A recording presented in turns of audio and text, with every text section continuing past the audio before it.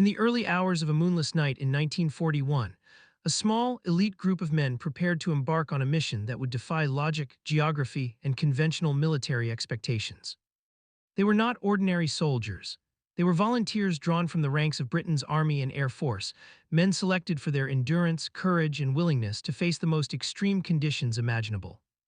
They were to become the pioneers of a new form of warfare, hit and run behind enemy lines, psychological disruption, and history would come to know them as the Special Air Service, or SAS. The origins of the SAS can be traced to the North African desert, where the British Eighth Army was engaged in a desperate struggle against Erwin Rommel's Afrika Korps. Conventional tactics had produced inconclusive results. The desert was vast, sparse, and lethal, and both sides suffered heavy losses in battles that often seemed to be decided by mobility and supply rather than strategy alone. In early 1941, David Stirling, a young, audacious officer in the Scots Guards, conceived a radical idea.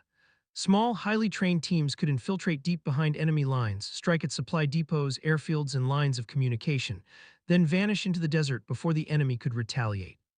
Stirling's vision was initially met with skepticism by the British High Command. It was daring, unconventional, and risky. He faced a series of obstacles, from limited resources to bureaucratic resistance, yet his persistence was relentless. By July 1941, he had secured approval to form a small unit of specially trained soldiers, numbering just under 50 men. The first SAS units were equipped not with heavy artillery or tanks, but with jeeps, light weapons, and explosives, a minimalist force designed for maximum impact and speed. Their objectives were clear: disrupt the Afrika Korps supply lines, destroy fuel depots and aircraft, and instill fear far behind enemy lines. The men underwent grueling preparation. They trained in the scorching sands outside Cairo, learning navigation by stars, desert survival, and sabotage techniques. Discipline was rigorous, the desert was unforgiving, and a single mistake could prove fatal. Each soldier was trained not only in marksmanship and demolition, but also in independent decision-making. Stirling understood that once behind enemy lines, these men would often operate without direct support, relying on their ingenuity and courage to survive. The SAS was conceived as a force multiplier, a handful of men capable of creating strategic disruption far out of proportion to their numbers.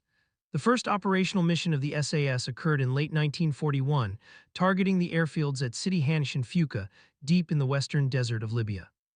The plan was audacious: a nighttime infiltration across hundreds of miles of enemy-controlled territory, approaching the airfields undetected, planting explosives, and then withdrawing before dawn. Vehicles were modified for the operation.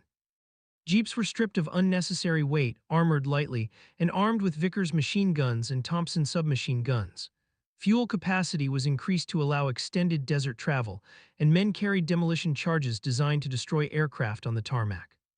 On the night of the raid, the SAS jeeps moved like shadows across the sand, relying on compass navigation and the light of the stars to maintain direction. The enemy, confident in the desert's natural barriers, did not anticipate an attack of this nature. The small convoy arrived at the airfield with silent precision. Explosives were placed beneath aircraft, timed to detonate as the first light of dawn approached. In less than an hour, the mission was complete. Dozens of German and Italian planes destroyed, fuel depots torched, and not a single SAS man captured or killed. The raid sent shockwaves through the Axis command, demonstrating that the desert was no longer a secure rear area and that the British had developed a new tool for asymmetric warfare. The success of this mission emboldened Stirling and his men. They realized that with courage, skill, and audacity, a small force could achieve strategic results far beyond its size. Subsequent raids targeted supply convoys, forward airstrips, and logistical hubs, each operation increasing in complexity and distance. The SAS became a symbol of unpredictability. They were ghosts in the desert, striking where and when the enemy least expected. Rumors of these attacks spread through the Afrika Korps, creating fear and uncertainty that hindered operational planning. Soldiers and commanders alike came to understand that nowhere behind the front lines was truly safe. Despite early successes, the SAS faced continual challenges. The desert was an environment of extremes. Scorching heat by day, freezing cold by night, shifting sand dunes, and unpredictable terrain. Vehicles frequently broke down, navigation errors could lead to miles of lost travel, and enemy patrols were ever present. Supplies were limited, and every raid demanded meticulous preparation and daring improvisation. The men quickly learned that survival depended not just on skill with weapons, but on endurance, teamwork, and the ability to adapt under pressure. Failure could be fatal, and yet the rewards, both strategic and psychological, were immense. Sterling's vision of unconventional warfare extended beyond physical disruption. The SAS's operations were designed to undermine enemy morale. Reports from captured Axis soldiers later described a pervasive sense of paranoia, an expectation that the next raid could occur at any moment, anywhere in the desert. Infrastructure that had seemed secure, airfields, fuel depots, communications hubs, was suddenly vulnerable. This psychological effect amplified the operational impact of the SAS. Each small unit, armed with minimal resources but operating with maximum initiative, could create consequences far greater than its actual size. By early 1942, the SAS had established itself as a revolutionary force in modern warfare. Their tactics influenced other Allied special forces, and the British High Command increasingly recognized the strategic value of small, mobile, highly trained units. Yet Sterling and his men understood that their work was far from finished. Each mission pushed the limits of endurance and ingenuity. The desert, once seen as a barrier to conventional armies, had become a proving ground for innovation, courage, and audacity. The SAS was no longer merely a military unit, it had become a concept, a symbol of daring and the embodiment of an idea that would challenge conventional assumptions about warfare. The legend of the SAS was built not just on victories, but on the seemingly impossible nature of their missions. Each raid tested the boundaries of what was considered feasible.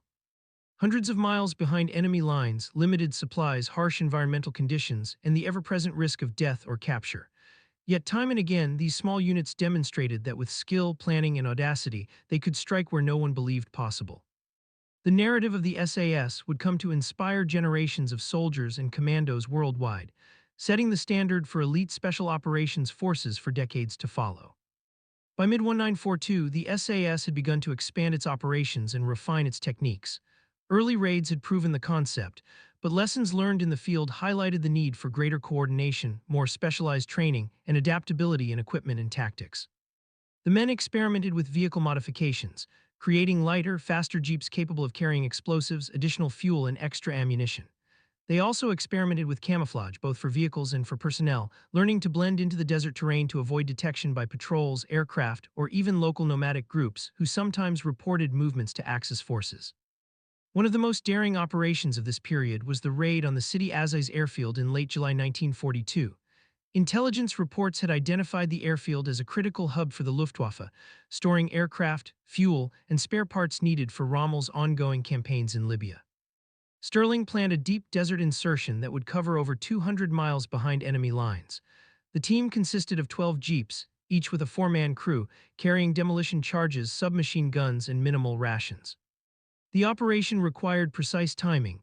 The convoy had to avoid Axis patrols and reach the target under the cover of darkness to maximize the element of surprise. Navigation was a constant challenge. Without landmarks and with shifting dunes obscuring compass readings, even experienced drivers risked getting lost. Sterling personally led the convoy, maintaining morale and ensuring that small errors did not escalate into mission failure. The men relied on celestial navigation, map reading, and instinct honed through months of desert travel. Any miscalculation could result in being stranded in enemy territory, without supplies, and under threat from German aircraft or reconnaissance patrols. Upon reaching City Aziz, the SAS demonstrated the full potential of their tactics. They infiltrated the airfield silently, planting explosives on dozens of aircraft and fuel depots. The demolitions were timed to explode sequentially, creating maximum confusion and destruction. Within an hour, the airfield was ablaze, and Axis personnel were in disarray. The SAS withdrew before the arrival of any reinforcements, retracing their route across the desert with remarkable precision. Not a single man was captured, though vehicles were damaged and fuel reserves stretched to the limit. The raid became a textbook example of how a small, agile force could have strategic impact far exceeding its size. The psychological effects of such operations cannot be overstated. Axis commanders began to divert resources to protect rear areas, reinforcing airfields and convoys that had previously been lightly defended. Supply lines became slower and more cautious, and morale suffered among troops who feared attack at any time. Even the threat of SAS raids forced Rommel and his staff to adjust operational plans, demonstrating that these small units could influence the broader course of the campaign without engaging in large-scale battles. Despite the successes, the SAS faced near-constant peril. Equipment failures, sandstorms, and heatstroke were daily threats. On one mission, a mechanical failure left a jeep stranded miles from the nearest support unit. The crew had to improvise repairs using limited tools and scavenged parts, all while avoiding detection. On another, a navigation error sent a team dangerously close to an Axis patrol, forcing a tense height-and-weight scenario under the desert sun. Survival depended not only on courage, but on ingenuity, endurance, and split-second decision-making. Each successful return reinforced the unit's growing legend. The men of the SAS were not only combatants, but also masters of deception and intelligence. They learned to exploit enemy routines, to anticipate patrol patterns, and to identify weak points in defenses. They gathered valuable intelligence while on raids, returning with maps, photographs, and captured documents that informed broader Allied operations. Stirling's vision had always encompassed more than destruction. He aimed to create a unit that could operate independently, think creatively, and strike with precision in situations where conventional forces would be paralyzed. In late 1942, the SAS's operations grew bolder. One mission involved targeting Axis airfields along the Egyptian-Libyan border, a feat requiring infiltration across multiple desert tracks patrolled by enemy vehicles and aircraft. The team split into smaller groups, each responsible for planting charges and creating diversions to confuse defenders. The operation was meticulously timed, requiring coordination across dozens of miles with no modern communication systems beyond basic radios. Explosions lit the night, Axis troops scrambled in confusion, and the SAS slipped away into the darkness, leaving chaos in their wake. The SAS's success was also a testament to the ingenuity of its support network. Ground crews, intelligence officers, and logistics teams in Cairo provided planning, equipment modification, and mission coordination. Field reports were analyzed to refine tactics and vehicle configurations. Feedback loops allowed each operation to inform the next, creating a cycle of continual improvement. In this way, the SAS evolved rapidly from a small experimental unit into an effective and feared operational force capable of influencing the North African campaign disproportionately to its size. By early 1943, the SAS had achieved legendary status among Allied forces. Stories of impossible desert raids, daring escapes, and the destruction of vital enemy resources circulated widely, both officially and among soldiers in the field. Their impact was not just tactical but strategic. Axis supply lines were disrupted, morale was undermined, and the threat of sudden, unpredictable attack forced Rommel's forces to operate with heightened caution. The SAS had proven the principle that a small, highly trained, and audacious force could achieve results that conventional armies could not. The effectiveness of the SAS also began attracting attention beyond North Africa. British intelligence recognized the potential for similar operations in Europe, the Mediterranean, and even the Far East. The concept of special operations behind enemy lines, striking fast, exploiting surprise, and withdrawing before engagement could escalate, would form the basis for subsequent missions throughout World War II. Stirling's vision of a force capable of operating independently, with initiative and flexibility, was no longer theoretical.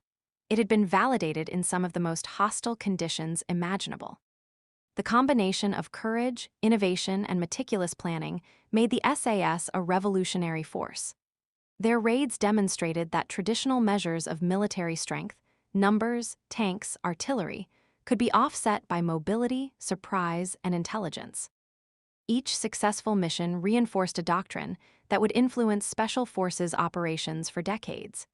The men of the SAS were not simply soldiers, they were pioneers of modern asymmetrical warfare, demonstrating that skill, audacity, and determination could accomplish feats that once seemed impossible. The spring of 1943 saw the SAS expanding both in scope and ambition. No longer confined to North Africa, Stirling began to envision operations that would strike at the Axis across the Mediterranean and into occupied Europe. The unit had proven that small teams could traverse hostile terrain, infiltrate enemy positions, and destroy critical infrastructure while avoiding capture. This success emboldened Allied planners, who recognized the strategic value of highly trained commandos operating independently from conventional armies. One of the most remarkable operations of this period targeted Axis airfields in Crete. Intelligence indicated that German aircraft were being staged there to support operations in North Africa and Greece. The SAS devised a plan that combined infiltration by sea and air, coordinated sabotage, and rapid exfiltration. Teams were split into multiple detachments, each responsible for specific targets, including aircraft, fuel depots, and communication hubs. The operation required precise timing, intimate knowledge of terrain, and exceptional courage, as the island was heavily patrolled and fortified. The night of the raid was tense and unpredictable. Small groups of SAS soldiers landed by submarine and gliders at multiple points along the coast, moving silently through olive groves and rugged hills. They avoided enemy patrols, navigated minefields, and worked in near-complete darkness. Once on target, demolition charges were expertly placed beneath aircraft and fuel stores. Explosions tore through the airfields, destroying aircraft, supplies, and enemy morale. The retreat was equally perilous, as Axis forces scrambled to respond. The SAS slipped away under cover of darkness, leaving confusion and destruction in their wake. This operation illustrated several key strengths of the SAS: adaptability, meticulous planning, and audacity. They were not equipped to hold territory or engage in protracted battles. Their power lay in the ability to appear suddenly, strike decisively, and vanish before the enemy could mount an effective response.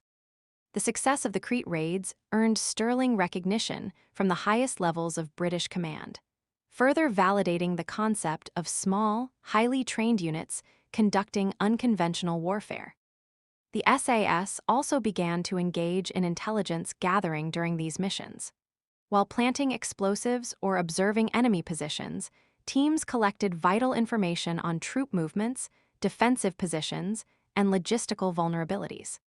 This intelligence was invaluable to larger Allied operations, allowing conventional forces to exploit weaknesses created or revealed by SAS raids.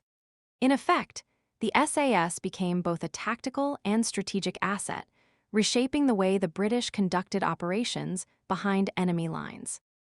Back in North Africa, SAS operations continued to disrupt Axis supply lines with increasingly sophisticated techniques. Teams used jeeps equipped with machine guns and extra fuel to intercept convoys in the desert, employing hit-and-run tactics that destroyed trucks, fuel depots, and ammunition stores. The psychological impact was immense. Axis soldiers learned to fear the desert not just for its natural dangers, but for the invisible threat of SAS raids. Reports circulated of entire convoys being ambushed, vehicles burned, and supplies annihilated without warning. The SAS demonstrated that a small, well-trained force could influence the enemy far more effectively than its size would suggest. One particularly daring raid involved attacking a supply depot at Benghazi. A convoy of jeeps, each carrying explosives and armed men, navigated hundreds of miles across open desert, avoiding patrols and air reconnaissance. Upon reaching the target, charges were planted under fuel tanks and ammunition stores. Explosions lit the desert night, destroying critical resources.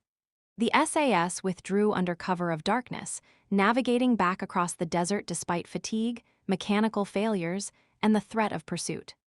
This mission exemplified the combination of courage, precision, and endurance that defined SAS operations.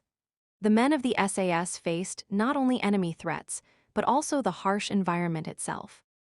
Desert heat, sandstorms, and freezing nights tested endurance and resolve. Vehicles were constantly at risk from mechanical failure, navigation errors, and improvised enemy defenses. Each mission required careful logistical planning, improvisation in the field, and unwavering determination. The ability to overcome these challenges became a hallmark of the SAS ethos. Adaptability, courage, and the capacity to operate independently under extreme conditions. As the SAS's reputation grew, so did the awareness among Axis forces of the threat they posed. Security measures were tightened, patrols increased, and rear area fortifications reinforced. However, the unpredictable nature of SAS operations continued to create confusion and fear. Even when missions were intercepted or partially thwarted, the mere presence of an SAS unit in an area forced the enemy to divert resources and alter plans. In this way, the impact of the SAS extended far beyond the physical destruction they caused. It reshaped enemy behavior and strategy. By 1944, the SAS had become an integral part of Allied operations in multiple theaters. Teams operated in the Mediterranean, Italy, and eventually in occupied France, supporting resistance movements and preparing the ground for larger conventional offensives.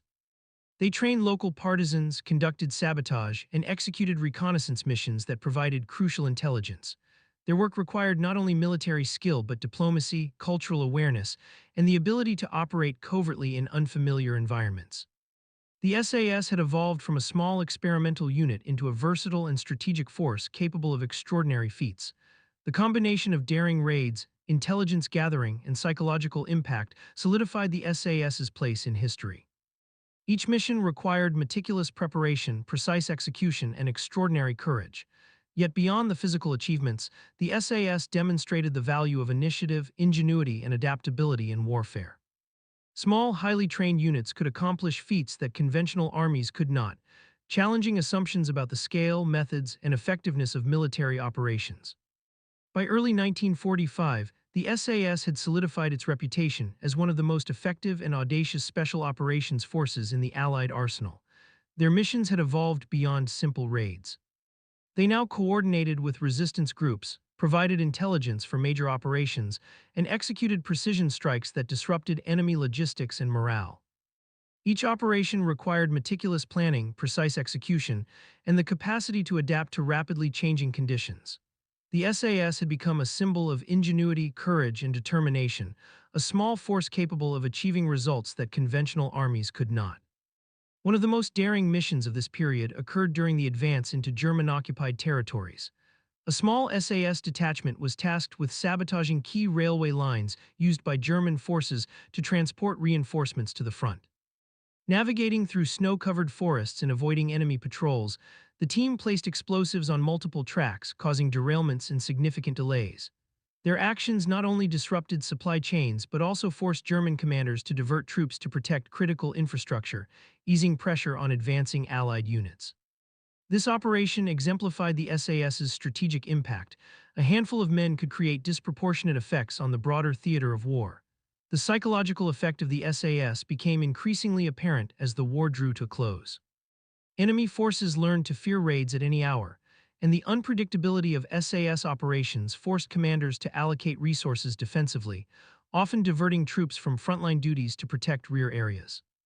Reports from captured German officers acknowledged the demoralizing impact of these small, elite teams. The SAS had transformed the concept of warfare, proving that agility, initiative, and audacity could challenge even the most powerful conventional forces. Even under extreme conditions, harsh winter weather, limited supplies, and the threat of capture, the men of the SAS demonstrated resilience and professionalism. They adapted to new environments, learned to coordinate with local resistance, and executed complex missions with precision. Their courage was matched by ingenuity. Improvised equipment, rapid problem-solving, and creative tactics ensured that they could overcome challenges that would have immobilized larger, less flexible units. In every mission, they exemplified the principle that unconventional warfare requires not only bravery, but intelligence, foresight, and adaptability. The SAS's legacy extended far beyond the immediate impact of individual raids. They influenced the development of modern special operations doctrine and inspired future generations of elite forces around the world. Units like the British Special Boat Service, the U.S. Army Green Berets, and many other special forces trace elements of their training, tactics, and ethos directly to the SAS. Their pioneering approach demonstrated that a small, well-trained, and highly motivated force could achieve strategic outcomes far beyond its size, reshaping how militaries conceptualize warfare in hostile or occupied territories. In conclusion, the SAS was a force defined by audacity, skill, and innovation. From the deserts of North Africa to the forests and towns of occupied Europe, they executed missions that many considered impossible.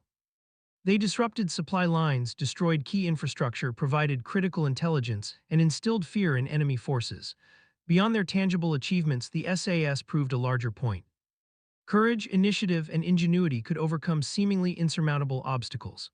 The story of the SAS is one of daring, resilience, and the relentless pursuit of strategic impact against overwhelming odds, establishing a standard for special operations that endures to this day.